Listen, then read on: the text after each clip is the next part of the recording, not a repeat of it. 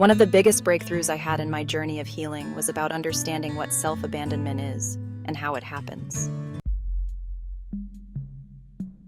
At its core, it basically means that you either don't tend to your own needs, or you give away responsibility to someone else to do it when you won't even tend to them yourself. Self-abandonment plays a significant part in many people's pain and confusion, which can often lead to feelings of shame. When it comes to feelings of shame, the urge to self-desert is hard for some people to resist, leading them on a painful cycle through more self-abandonment. Much will change when you learn what it means to love yourself. People who self-abandon may feel bad about themselves and think that they deserve to be abandoned. In essence, they have internalized a childhood relationship with one or both parents or caregivers. It can be unconscious behavior, and it may feel so natural to not care for yourself that you don't even know you're doing it. They may also avoid positive things in their lives because they do not want anything good to happen to them, or they do not want to take care of themselves.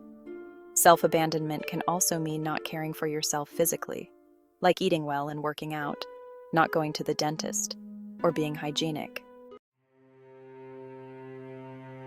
What causes self-abandonment?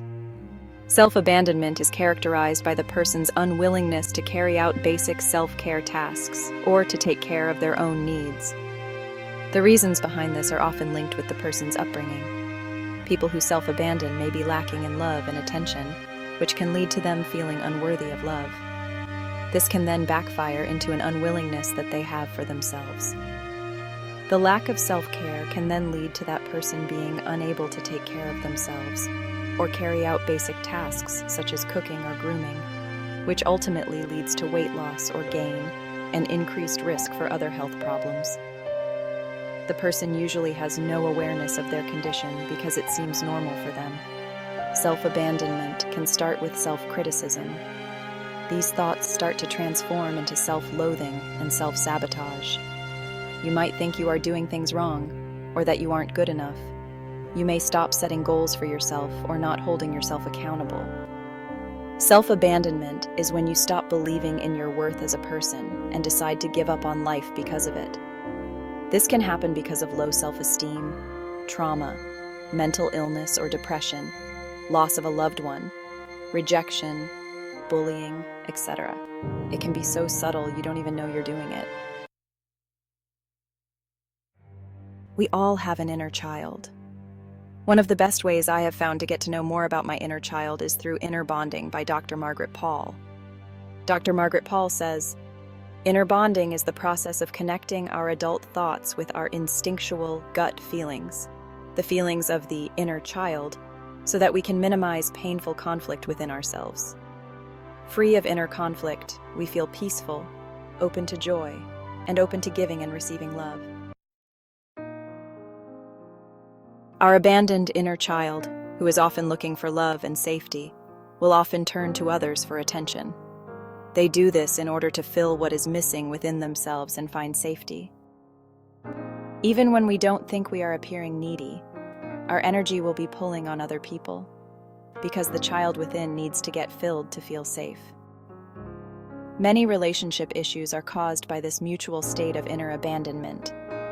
When each person is abandoning themselves and energetically needing the other person to fill them up, each person will end up feeling abandoned by the other. There are exceptions to this, where a person is ill, elderly, or disabled, where they literally do need to be taken care of and may be needy. Until you start listening to your inner child, you will continue to find yourself in situations where you do feel alone, abandoned, and unable to have loving relationships. When you love yourself, you will feel a deep sense of inner connection, safety, inner peace, and contentment. Nothing outside of yourself will ever truly give you any loving feelings in a steady, ongoing way. Getting love from others is only temporary, because other people's ability to love you will fluctuate up and down, perhaps not when you need it. But loving yourself and sharing your love with others brings ultimate joy and meets your inner needs satisfactorily. I think the biggest thing to learn here is that people abandon themselves because they don't realize the subtleties of what taking responsibility for themselves looks like. especially emotionally. But it can also be financially, physically, spiritually as well. This can look like not comforting ourselves when we feel feelings like loneliness, grief, not advocating for ourselves when someone else is, say, angry or disrespectful, expecting others to take care of our needs, making other people's needs more important than our own, retreating to your head, numbing out with addictive behavior like overwork, TV, drugs, food, judging ourselves for our feelings and avoidant behavior, and staying in shame rather than having compassion for ourselves. How can I prevent or overcome self-abandonment? Self-abandonment is the act of neglecting your own well-being for the sake of someone or something else. One way to overcome this is to recognize what is causing you to abandon yourself. Once you pinpoint what is causing this, try finding ways to work around it. For example, if you are feeling exhausted all the time but still have a lot on your plate, then cut down on some things, or find more efficient ways of staying on top of things so that they don't pile up. If you're feeling overwhelmed by your schedule, then try talking with someone about it. Try looking at your self-talk, or listen to your feelings. Is it too confrontational to speak up when someone says something you don't like? How do you treat yourself knowing that it's too confrontational? Do you berate yourself, or do you comfort yourself, soothe yourself? Can you cut yourself some slack and be kind to yourself? Think about how you would want to treat a 5-year-old child if they were upset. Would you tell them off, or would you give them a hug and tell them it will be okay? When you start to treat yourself kindly, your inner child will trust you to take care of her or him and will relax and be less stressed. Why you need to combat negative thoughts with hope and love. The right mindset is essential for everything, but especially your relationship with yourself and for achieving your goals. Negative thoughts are the bane of your progress.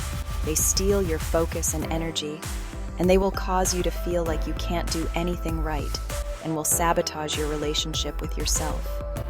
They also create self-fulfilling prophecies that make it impossible to achieve success. But most importantly, they can lead to depression and anxiety if not dealt with properly. Feeling hopeless is the most common symptom of depression. It's important to deal with negative thoughts with hope and love, because negativity will always cloud any opportunity for greatness you have in life. We know that we need to take care of ourselves and be aware of how we are feeling. If we abandon ourselves, we will be left with depleted energy levels and a lack of self-love and self-care. Our relationship with ourselves is the closest and longest relationship we will have in this life. It is important to take good care of yourself in order to live a happier life.